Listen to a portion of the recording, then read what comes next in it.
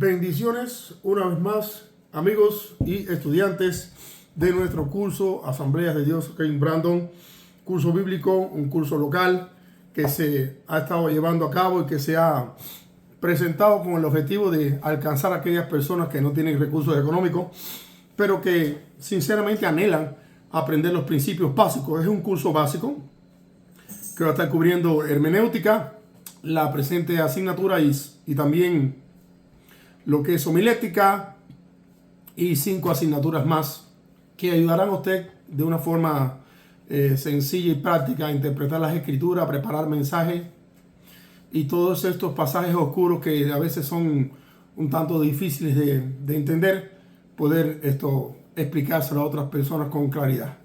Así que nuevamente su pastor Joel Luis Rivero en esta noche con ustedes. Vamos a empezar la lección número 4 de esta preciosa asignatura de hermenéutica. A manera de repaso, ya habíamos estado hablando de un principio básico, el cual dice así: la escritura es explicada por la misma escritura. O sea, la Biblia se explica a sí misma.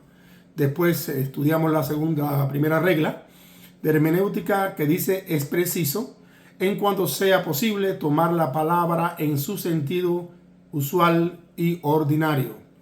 Luego estudiamos la regla número 2 de hermenéutica, que dice que es preciso tomar las palabras en el sentido en que indica el conjunto de la frase del texto. Y esto, un poco más temprano, estuvimos dando la clase número 3 de hermenéutica, que dice es necesario considerar el contexto del pasaje. Y finalmente estuvimos dando la clase con la regla número 4 de hermenéutica: todo pasaje bíblico debe ser interpretado a la luz de los pasajes paralelos. Y dimos un poquitico de clase de español, al igual que en esta clase de hoy vamos a dar un poco de clase de español para aquellos hermanos que no tuvieron la bendición de tener alguna educación secular, primer grado, segundo grado, primaria, secundaria, de esa manera. Así que en la clase de hoy vamos a tomar, si Dios lo permite, 12 reglas más de hermenéutica, y preparémonos porque ahora sí ya vienen los exámenes y luego le explico, pero de manera general los exámenes van a estar constituidos por 20 preguntas que yo les voy a dar a ustedes. Y como yo confío en que tanto amigos como estudiantes tienen temor de Dios en su corazón, además que si hacen la pregunta fijándose en cualquiera de los estudios que yo les he dado, están haciendo fraude y están cometiendo engaño delante de los ojos de Dios. Por otra parte, se están engañando ustedes mismos, porque al final me dirán una nota falsa. Que apelando al principio de la moral, de la sinceridad que debe tener todo verdadero hijo de Dios, y más aquellos que se están preparando para servir al Señor, serán 20 preguntas y bueno, yo se las estaré enviando y ustedes me las estarán retornando, ya sea por WhatsApp o por texto, para entonces yo darle el final resultado. Así que ya vienen ya las primeras 20 preguntas de esta asignatura de hermenéutica, y luego continuaremos con el examen final. Así que creo que el examen final estoy pensando hacerlo personalmente, cara a cara con aquellos estudiantes que están acá en Estados Unidos, en este caso en este estado, y bueno, para los demás continuaría siendo y de la misma manera. Bien, sin más preámbulo, hablemos entonces en esta preciosa tarde-noche, o abramos este estudio con la bendición de la palabra de Dios. Baruch ex Yahweh Hameborah, Baruch ex Yahweh Hameborah Leolam Baet, Baruch ata Yahweh Elohino Melech Haolam, Asher Barhanu Mikol Haamin, Betalanu et Torato, Baruch ata Yahweh Noteh HaTorat, Beshem Yeshua HaMashiach Melech Yisrael. Amén. Bendecid a Yahweh el bendito. Bendito sea Yahweh el bendito para siempre. Bendito sea tú, Yahweh, nuestro Dios, Rey del universo, que nos elegiste entre los pueblos y nos diste la bendición de tu palabra. Bendito sea Yahweh, que nos concediste la palabra En el nombre de Yahshua HaMashiach, el Rey de Israel y Rey nuestro. Amén y amén. La quinta regla de hermenéutica dice, o conocida como principios de armonía. Repito, la quinta regla, de hermenéutica es conocida como principios de armonía y dice, todo pasaje debe ser interpretado de acuerdo a la enseñanza general de la palabra de Dios. Todo pasaje, todo texto, toda porción de la Escritura debe ser interpretado de acuerdo a la enseñanza general de la palabra de Dios. Y lo que pretende enseñar esta regla de hermenéutica número 5 es que la palabra de Dios como unidad, tanto desde Génesis hasta Apocalipsis, tanto el Antiguo Pacto como el Pacto renovado, Antiguo Testamento o Nuevo Testamento, es una unidad de pensamiento. Toda la Biblia es una unidad de pensamiento que está en completa armonía. En otras palabras, la palabra de Dios no se contradice, que una parte dice una cosa, la otra dice otra cosa y aparentemente parece que se contradicen, pero la palabra de Dios no se contradice, hermanos y amigos míos. Lo que sucede es que no hay conocimiento de hermenéutica, lo que sucede es que no hay conocimiento histórico, lo que sucede es que no hay conocimiento en cuanto a muchos principios bíblicos y para ser sinceros, la Biblia fue escrita en medio de un ambiente, pero a lo largo por más de 40 autores, casi 1600 años, se fueron escribiendo un libro para acá, otro libro para allá, todos los libros han sido inspirados y lo maravilloso de este libro es que es una unidad de pensamiento total y no tiene ninguna contradicción. Pero tenemos que entender que para poder comprender la cultura cubana, vamos a poner un ejemplo, ya que yo soy cubano, para poder comprender cómo es que se prepara y por qué se prepara de esta manera un plato cubano de comida, cómo se hace, o por qué los cubanos tienen un carácter de una manera específica. Por ejemplo, por qué los cubanos hablamos tan alto, gritamos tanto, cosas así. Usted necesita familiarizarse con la cultura cubana. No es lo mismo que un libro le explique a usted a que usted se familiarice con la cultura cubana. Ahora bien, igualmente en cuanto a la cultura hebrea, bíblica, uno necesita conocer las costumbres, los dichos, la forma de ellos de expresarse, por qué hablaban así, por qué contestaban de esta manera o enseñaban de la otra forma o manera. Entonces, cuando no hay este conocimiento de trasfondo histórico hebreo, entonces también ocurren malas interpretaciones. Amén. Y esto es muy importante que lo tengamos en cuenta para que nosotros no cometamos estos errores a la hora de interpretar las Sagradas Escrituras. Entonces, esta quinta regla, vuelvo a leerla, todo pasaje debe ser interpretado de acuerdo a la enseñanza general de la palabra de Dios. Nos está hablando de que la Biblia, la palabra de Dios, es una unidad de pensamiento que está completamente en armonía, que quiere decir que no se debe, óigame bien, y lo voy a decir bien despacio, no se debe en ningún momento tomar un texto, un pasaje bíblico, una porción de la Biblia para afirmar una enseñanza o práctica que encuentre contradicción en toda la totalidad de la Escritura. O sea, lo que está diciendo esta regla es que usted no puede coger un texto bíblico, un pasaje bíblico del libro que usted escoja de la Escritura para enseñar o sacar una enseñanza X determinada, un pasaje solo, 4 o 5 versos bíblicos o un texto bíblico, y cuando esa enseñanza que usted pretende dar está en contra de todo lo que dice el resto de la Biblia. Por esto han surgido muchas falsas interpretaciones doctrinas erróneas, como comúnmente se le llama falsas sectas, que a mí no me gusta hablar así porque soy muy cuidadoso y no me gusta ofender y que nadie se sienta ofendido, porque, por ejemplo, si hay alguna amistad que tiene trasfondos de los testigos de Jehová, porque sus padres, por ejemplo, sus primos, sus hermanos, sus abuelos fueron testigos de Jehová, y uno le dice, no, la secta de los testigos de Jehová, se utilizaría un término ofensivo y yo no quiero sonar así.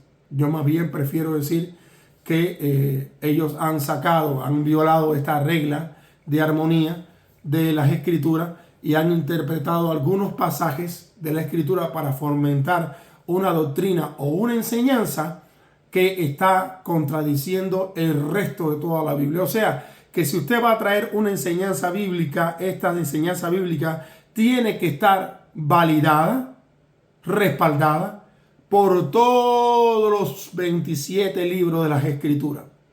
Y por eso que vemos que hay muchas versiones bíblicas.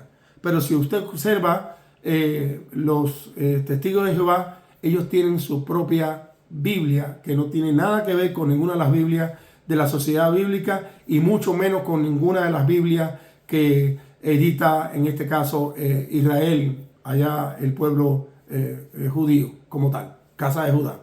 Entonces, ¿por qué? Por muchas razones, para poder crear un tipo de Biblia donde acomodaron pasajes y quitaron pasajes bíblicos para poder acomodar su doctrina.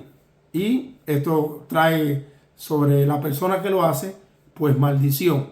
Así que esta regla de hermenéutica que nos habla de que todo pasaje debe ser interpretado de acuerdo a la enseñanza general, nos está diciendo de que si usted va a sacar un pasaje bíblico, esa enseñanza que usted pretende compartir tiene que estar respaldada por toda la Biblia, no por 2 o 3 pasajes así al azar para tratar de probar una verdad bíblica. Y entonces tenemos otra tarea. Yo he estado dando tarea y lo tengo todo anotado acá.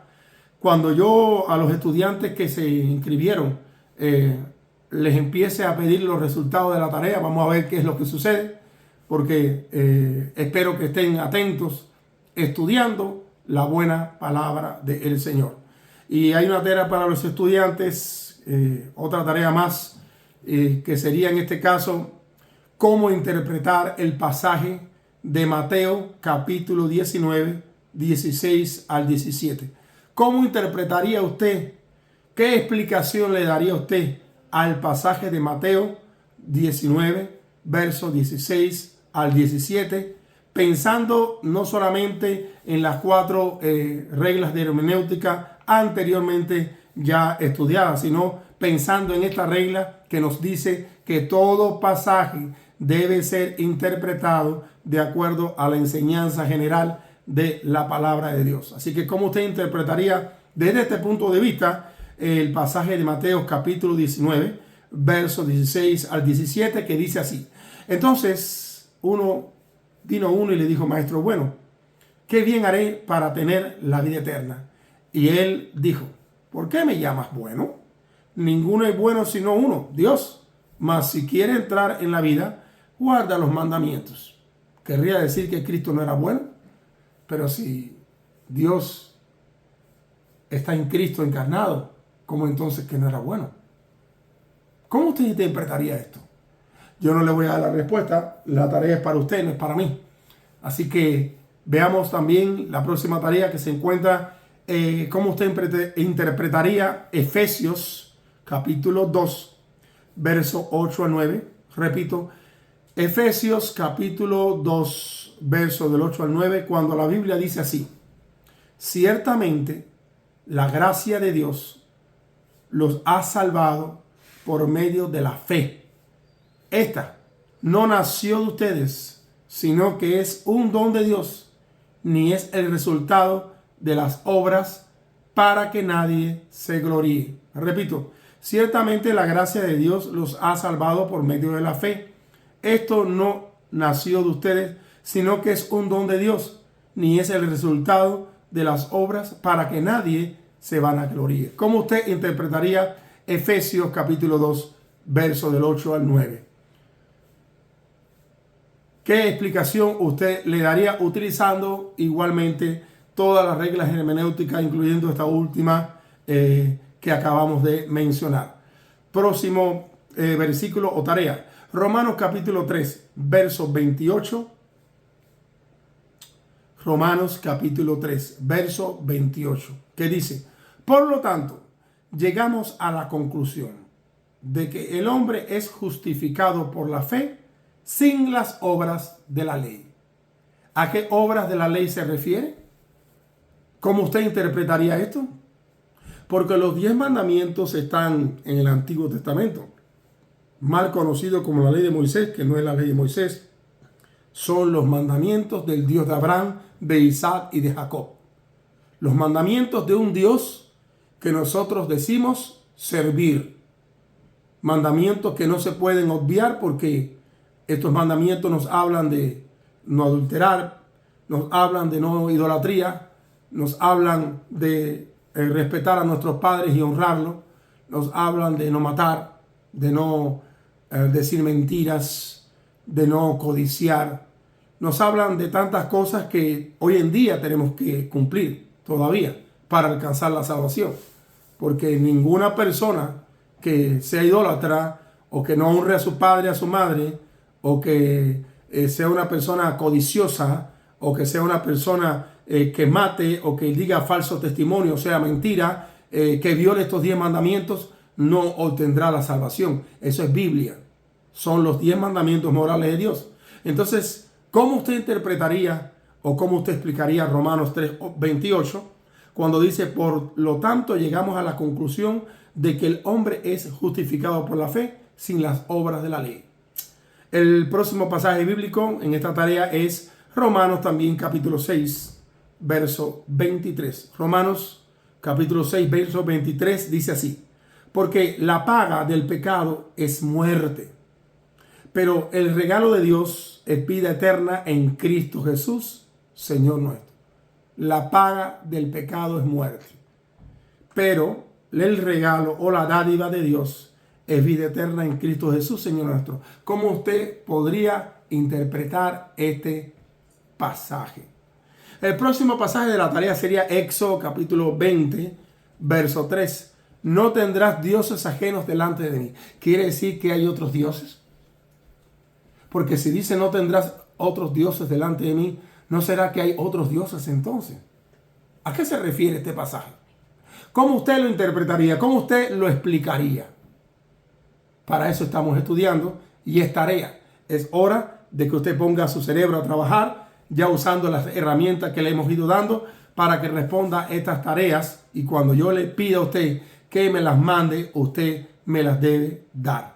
La mayoría de los errores, hermanos, doctrinales, vienen de un origen de forzar textos aislados del contexto general de la palabra de Dios.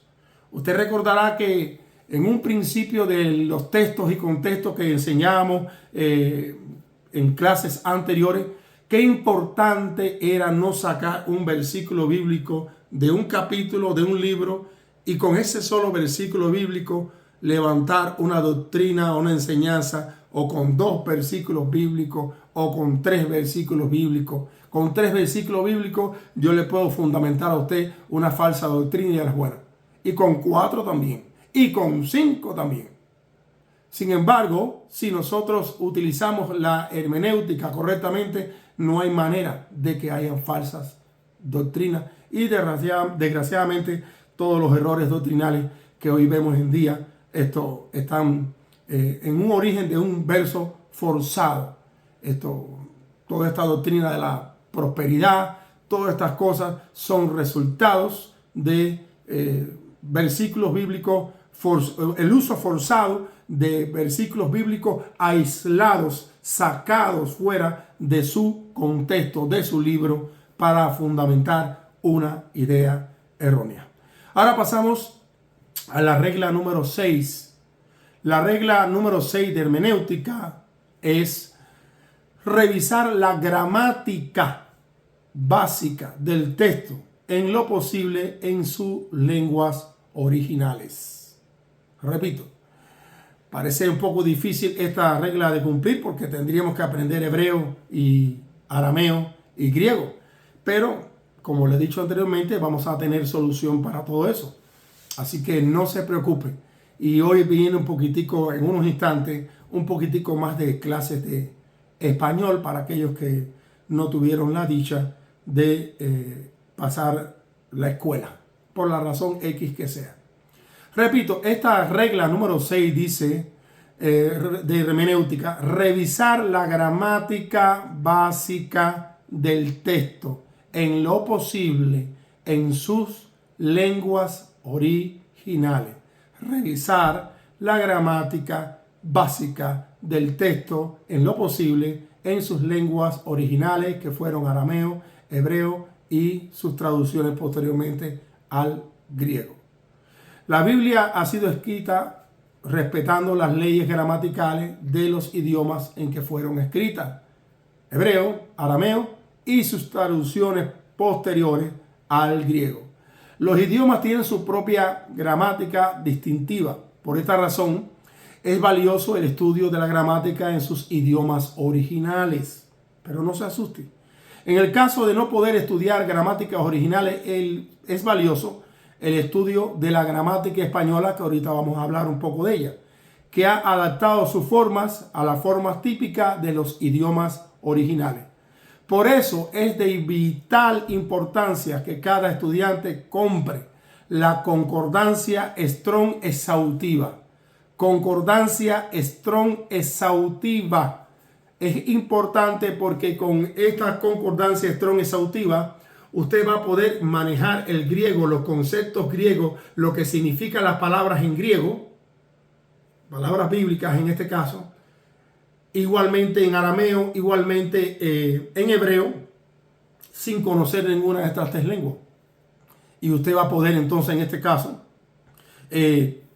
revisar la gramática básica del texto en su lengua original, como la merita o como lo recalca o como lo pide o como lo señala la regla número 6 de hermenéutica, que dice: la gramática básica del texto en lo posible debe ser revisada en sus lenguas originales. Ah, pero yo no sé griego, yo no sé hebreo, yo no sé arameo y malamente hablo el español. Pero si usted compra la concordancia Strong exhaustiva, este problema va a estar resuelto. Ahora es muy importante que de aquí en adelante considerar el estudio básico de la gramática española para poder entender aún mejor el mensaje bíblico. Si usted no sabe correctamente el español, no va a poder entender ni siquiera leer correctamente su Biblia en español, hablando de nuestra lengua. No voy a hablar de chino o inglés porque, bueno, estoy hablando con hispanos parlantes igual que yo. Así que hablando de nuestra lengua, español, si no conocemos bien las reglas gramaticales del español, vamos a tener problemas para poder leer y entender las Sagradas Escrituras que han llegado a nuestras manos en nuestro idioma español. Es de vital importancia que conozcamos al menos la gramática básica de nuestra lengua para poder interpretar y entender el mensaje bíblico correctamente.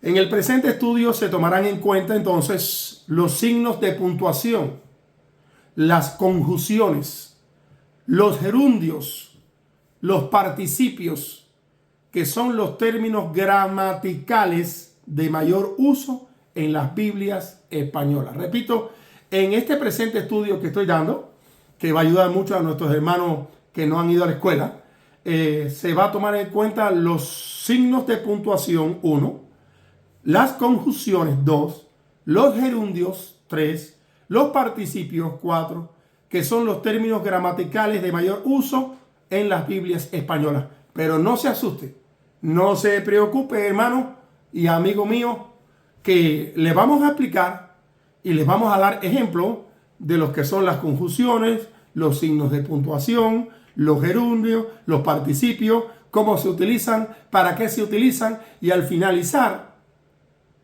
usted no solamente va a saber lo que es hermenéutica, usted va a conocer un poco de español gracias no a mí, sino a la misericordia del Barujú, del Eterno, del Yo Soy, el que soy, Yahweh, el Dios de Abraham, de Isaac y de Jacob, Dios nuestro, Dios suyo.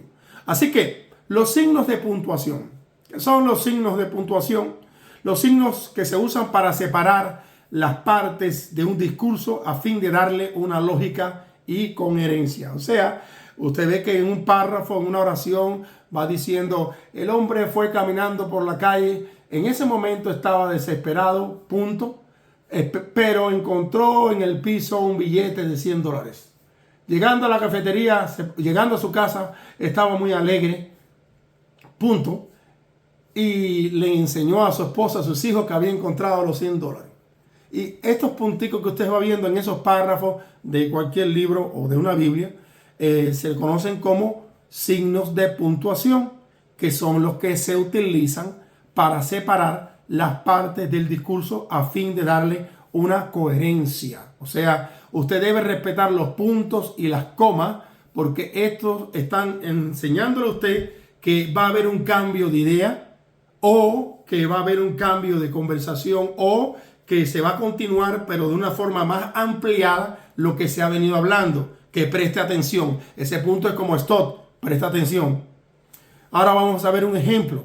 No es lo mismo, fíjese qué cosa más interesante la gramática.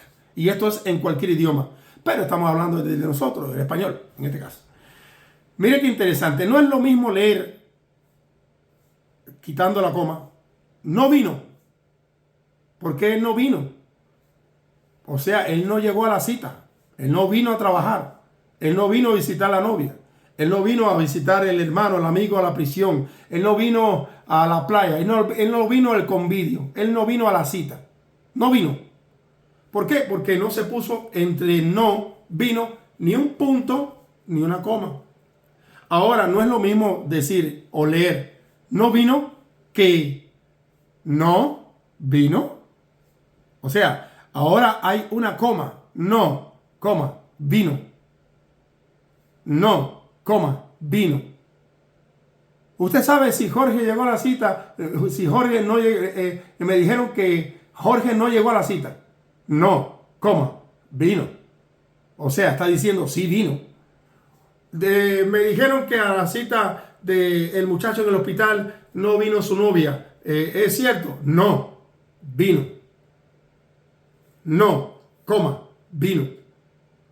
Me dijeron que, un ejemplo, no llegó la factura a tiempo de la luz y por eso le van a cortar la luz. ¿Eso es cierto? No, vino.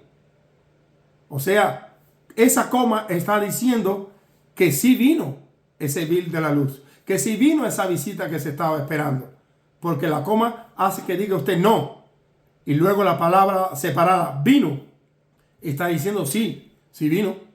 Sin embargo, usted quita esa coma y entonces lo que suena es no vino, no vino, no vino, no vino. Es muy importante que entendamos este principio de la puntuación, porque se usa para separar las partes de un discurso a fin de darle una lógica coherencia. El primero es la negación de una acción. No vino. El segundo es la afirmación de una acción. Los principios de los puntos o de la puntuación son, repito, los principales signos de puntuación. Una vez más repito, los principales signos de puntuación son: 1, la coma, que fue la que vimos en el ejemplo anterior, no vino, y luego no, coma, vino, la coma. El segundo, la coma es el signo que indica una pausa breve en el discurso. No, vino. ¿Ok? Luego viene el punto y coma junto. Es el signo que indica una mayor pausa en el discurso. De manera general, indica una ampliación del pensamiento previo o anterior. Es decir, que si aquí en no vino, en vez de haber una coma y hubiera un punto y una coma, yo tendría que leerlo de la siguiente manera: no vino. O sea, se extiende más porque hay un punto y hay una coma. De la otra forma, con una coma sola sería no vino. y sin el punto y sin la coma sería no vino. Para que vayamos aprendiendo. Uno de los otros signos de puntuación principal serían los dos punticos, que se pone un puntico arriba y otro abajo un puntico, los dos punticos. Este signo es usado para separar las expresiones que explican, resumen una parte de la oración. O sea, cuando usted está leyendo y ve dos punticos, está en este caso diciendo a partir de ahora se va a resumir la parte, ya hasta aquí llegó la parte de toda esta conversación. El punto solo, signo que señala una separación mayor del discurso y se usa para introducir un nuevo pensamiento o aclaración. También puede preparar al lector hacia la frase siguiente.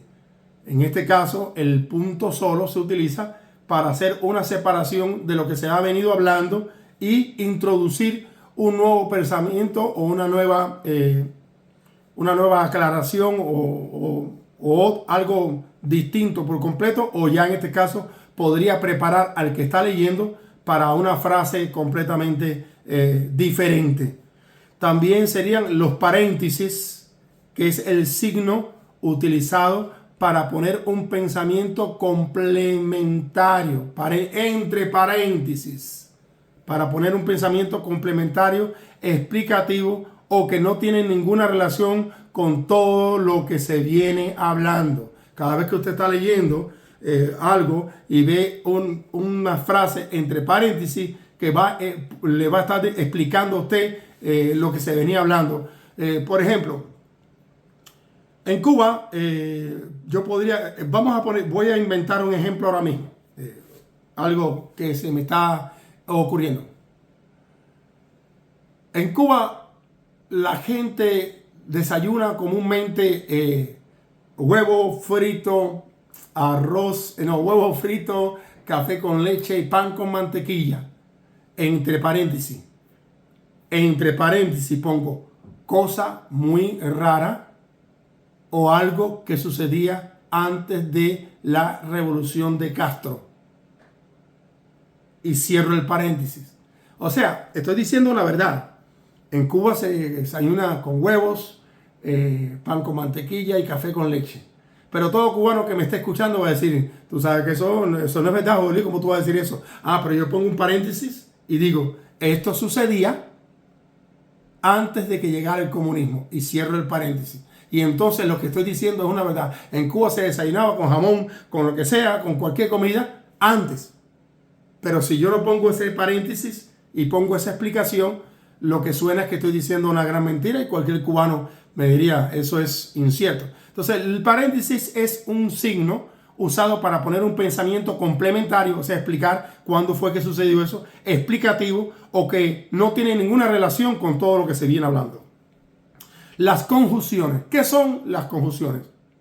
Es la palabra invariable. Las conjunciones son las palabras invariables que cumplen la función de establecer una relación gramatical y lógica entre las palabras, frases u oraciones que componen un texto bíblico. No se preocupe. ¿Qué fue lo que usted leyó, profesor? Acuérdense que yo tengo primer grado y me quedé loco. No entendí ni papa. Pues ahora le voy a explicar con más claridad y usted va a entenderlo todo y hasta la papa la va a entender también.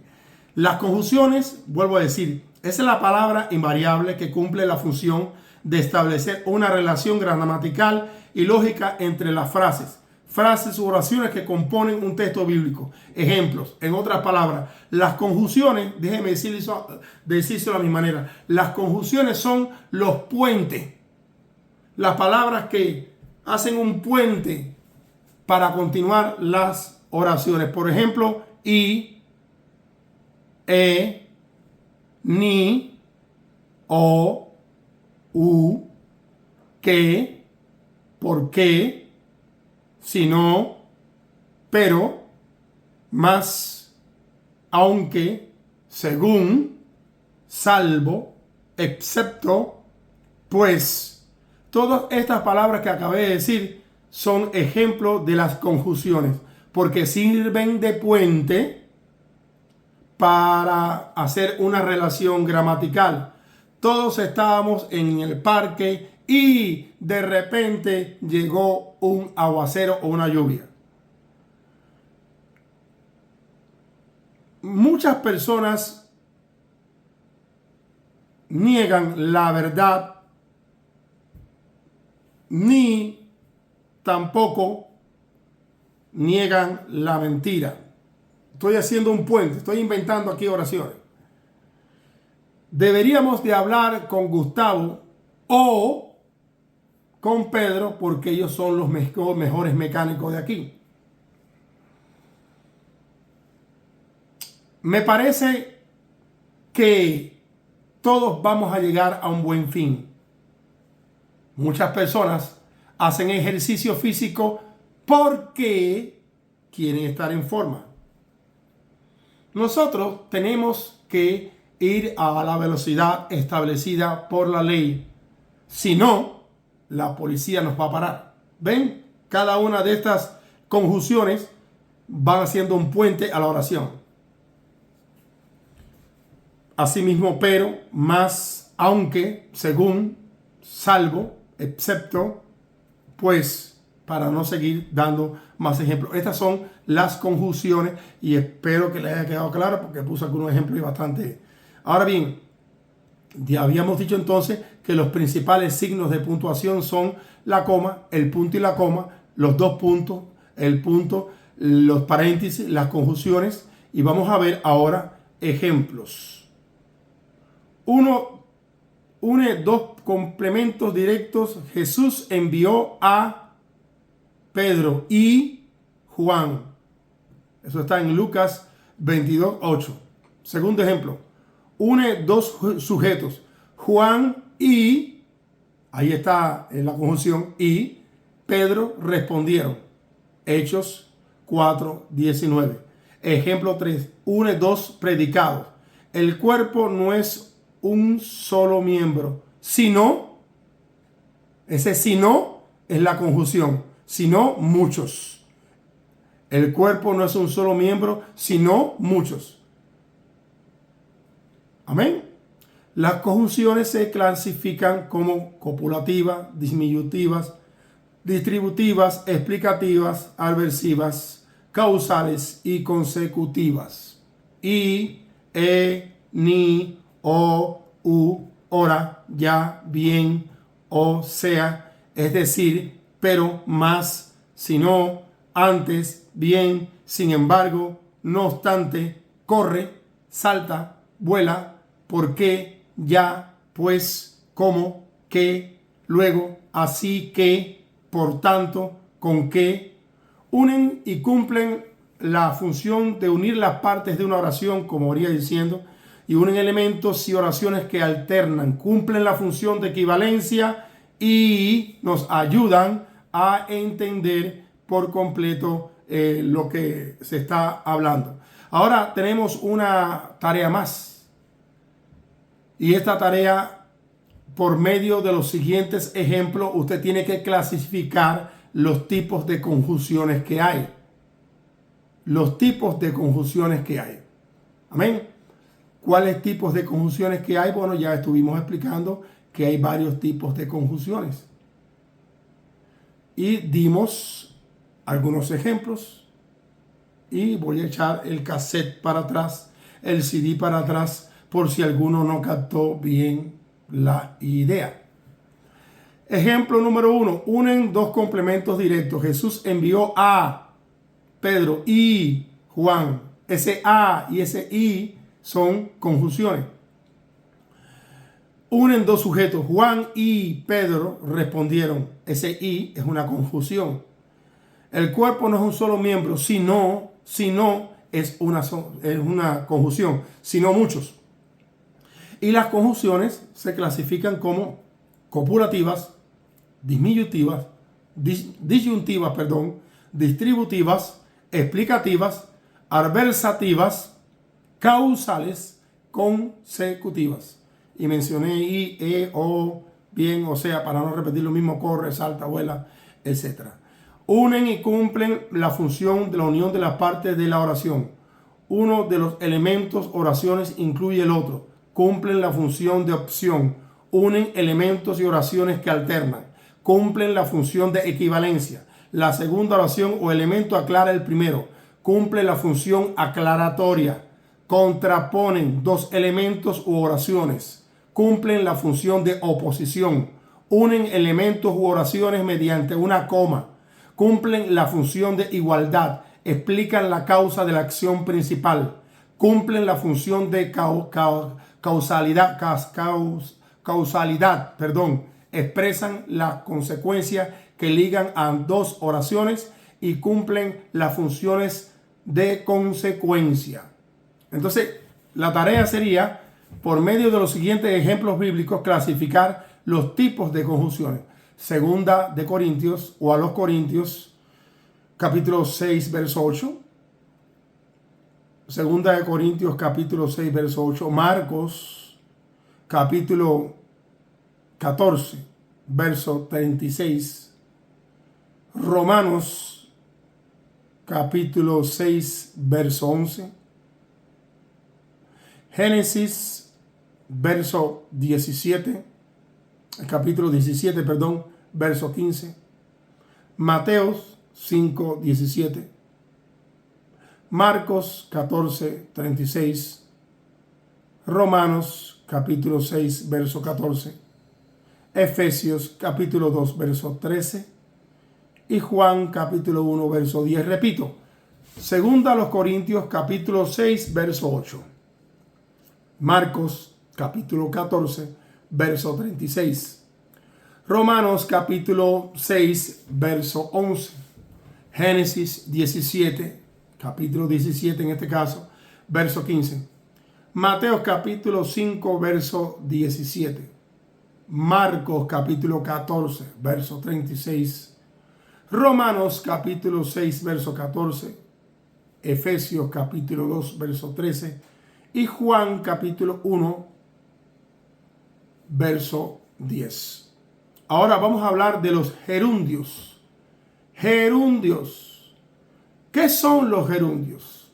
Es una de las formas no personales del verbo que presentan la idea de que la acción se está realizando. Se le conoce por su terminación ando o yendo. Repito. Los gerundios es una de las formas no personales del verbo que presentan la idea de que la acción se está realizando, o sea, no se ha terminado todavía. Y se le conoce por su terminación andando. Yo estoy andando por la calle, o sea, la acción de caminar todavía no se ha acabado. Yo estoy yendo al encuentro de Cristo Jesús. Esto denota la acción de que todavía estoy vivo y estoy en la carrera de todo creyente, estoy continuando en el Evangelio. Estoy yendo, andando, cantando, todavía continúo cantando, comiendo, todavía estoy comiendo, manejando, todavía estoy en la acción de manejar, nadando, todavía estoy nadando, llorando, todavía continúo llorando, estudiando, todavía continúo. O sea, los gerundios es una de las formas personales del verbo que presentan la idea de que lo que se está haciendo, sea lo que sea, todavía se está haciendo y no se ha parado de hacer. Y por eso tienen la terminación ando, yendo. Es lo mismo que en inglés, la terminación ing. La terminación ing en inglés significa lo mismo, yendo, corriendo, o sea, algo que todavía que se está haciendo y que todavía no se ha terminado de hacer. De modo que los gerundios en general modifican el verbo principal. Porque si el verbo dice correr, presente, pero si dice corriendo, yendo, quiere decir que todavía no ha terminado de correr. Comer, comiendo. Y así. Ahora vamos a ver qué son los participios. Le dije que iba a explicar esto con calma y espero que usted esté tomando nota. Los participios ofrece la idea de una acción terminada. O sea que si por una parte los gerundios presentan la acción que se continúa realizando, como ya hablé anteriormente, en este caso los participios ofrecen la idea de que ya esa acción se acabó, se terminó. Entonces, en vez de decir corriendo, o comiendo, o llorando, o trabajando, o manejando, diría trabajó, manejó, comió, llegó, durmió, rompió, leyó, estudió. O sea, ya la acción que se estaba haciendo se terminó en este caso.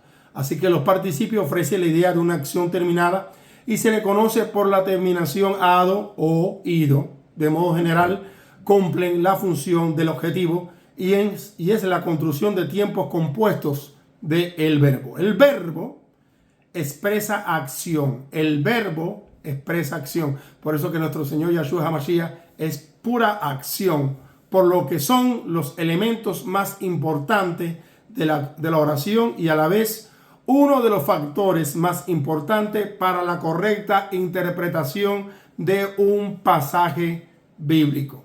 El primer elemento para una correcta interpretación es la consideración cuidadosa del contexto.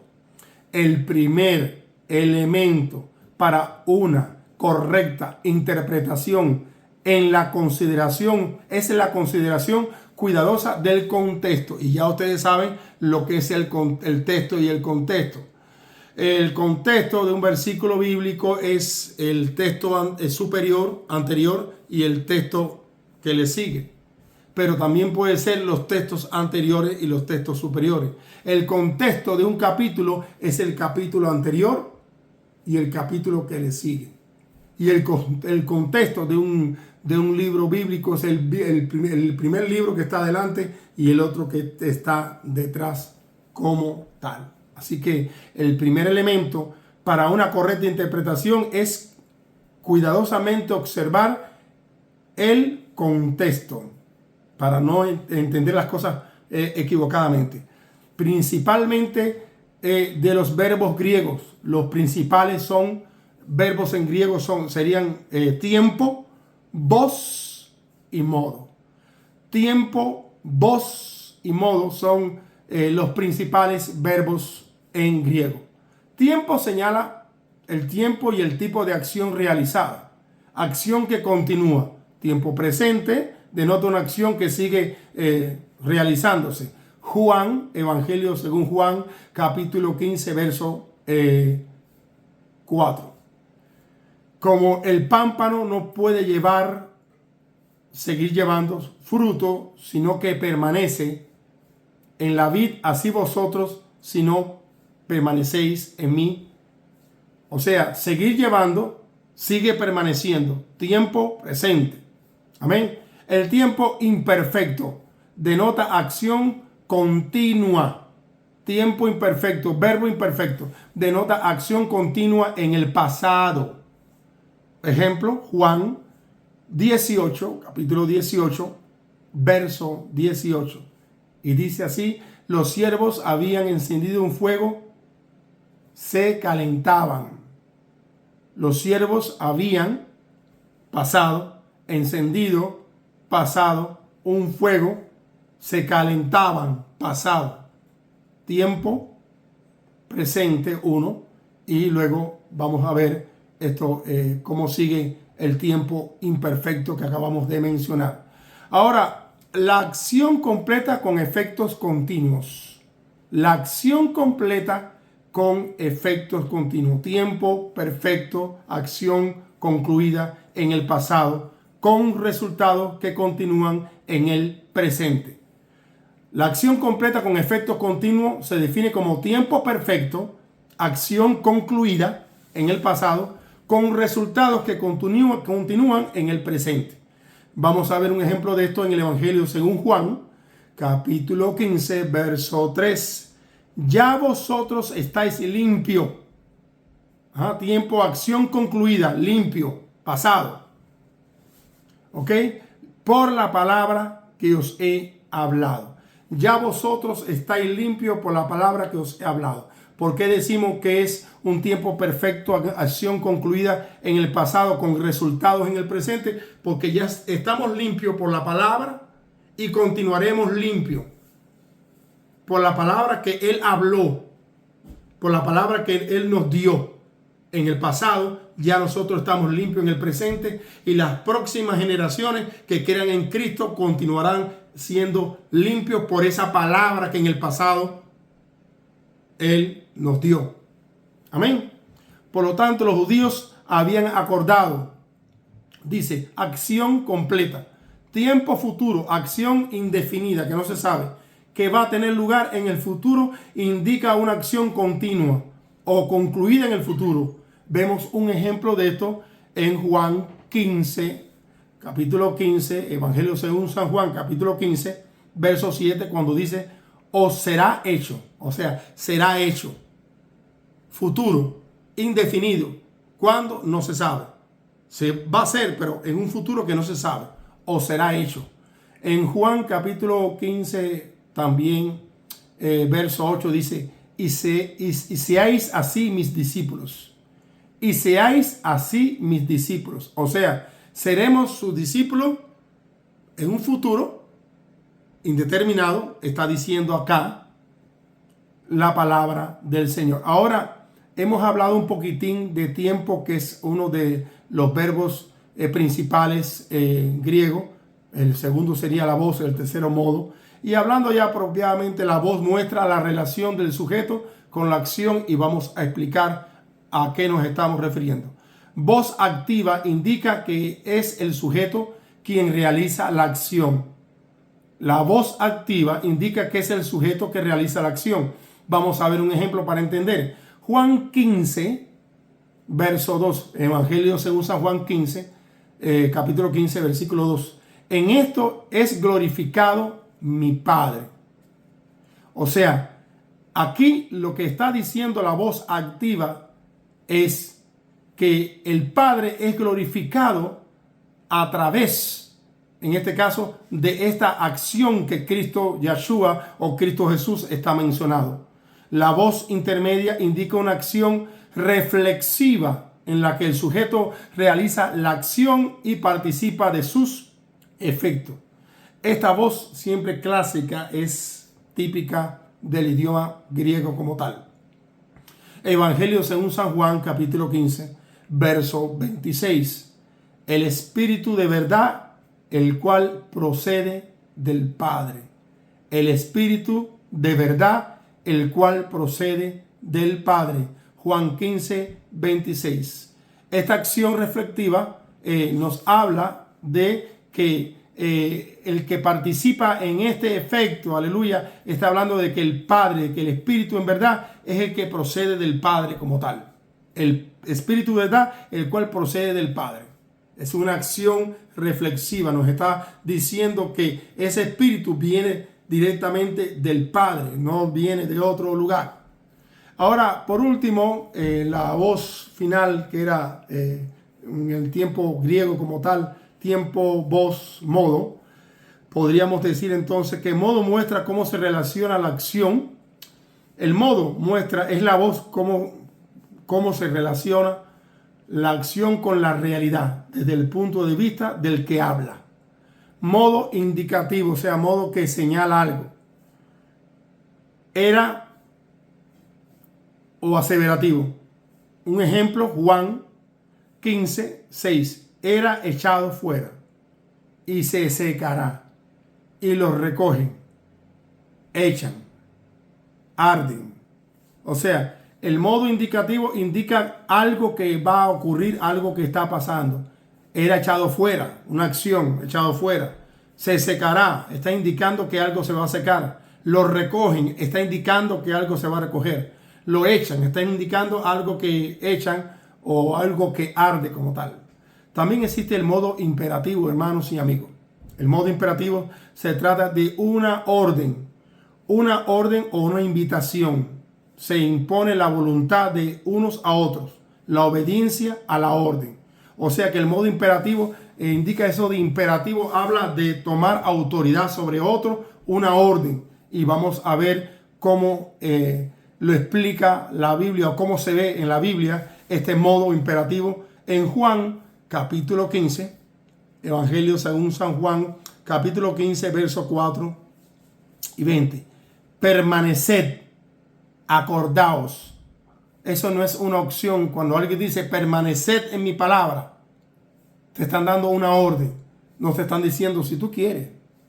Acordaos de mí. Todas las veces que bebáis esta copa y que comáis este pan, la muerte mía anunciada. Acuérdense de mí. Es una orden.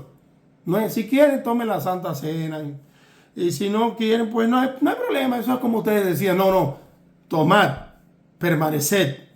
Es una orden. Y a esto se le llama modo imperativo. Cada vez que usted vea una orden, no tendrás dioses ajenos. No matarás. No esto, no lo, son órdenes. No está diciendo, si quiere, trata por todos los medios de no matar. Si quiere, no, trata de no tener un ídolo. No tendrás ídolo. No codiciarás. Honrarás a tu padre y a tu madre para que tus días salgan. Si quiere, hónralo. Pero si te caen mal, no los honres. No. Tienes que honrarlo. Son órdenes. Y esto se le llama modo imperativo. Y por último existe el modo subyuntivo o de probabilidad. Y ya con esto terminamos esta clase. Con este modo vamos a terminar ya esta clase. Que este modo subjuntivo o de probabilidad da cierta duda en cuanto a la realidad de la acción desde el punto de vista del que habla. Expresa incertidumbre o una acción que pudiera o debiera realizarse. Y hermanos y hermanitas, hasta aquí hemos llevado esta clase número 4 de hermenéutica. He tratado de ser lo más explícito posible. He tratado de dar muchos ejemplos, de buscar la manera de que entiendan todos estos principios gramaticales y espero que les sirvan de mucha bendición. Y si aún sus dudas no han sido aclaradas, no tenga pena, hermano. No tenga pena, hermano. No tenga amigos. Mi teléfono es 806, el área colo 806-660-6157.